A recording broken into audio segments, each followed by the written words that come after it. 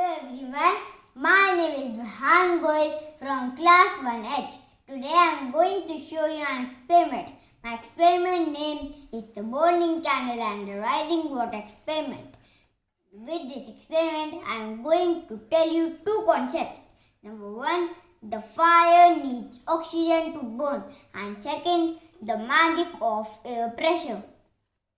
In this experiment, we will be needing a burning candle, a plate, a glass, a bottle of colored water.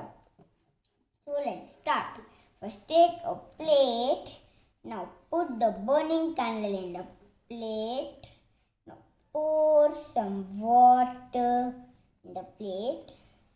Now cover the candle with the glass. Now see what's happened. The water came up and the candle blows out. So this happens because the glass stopped all the oxygen supply, and inside the glass oxygen all used up and the candle blows out.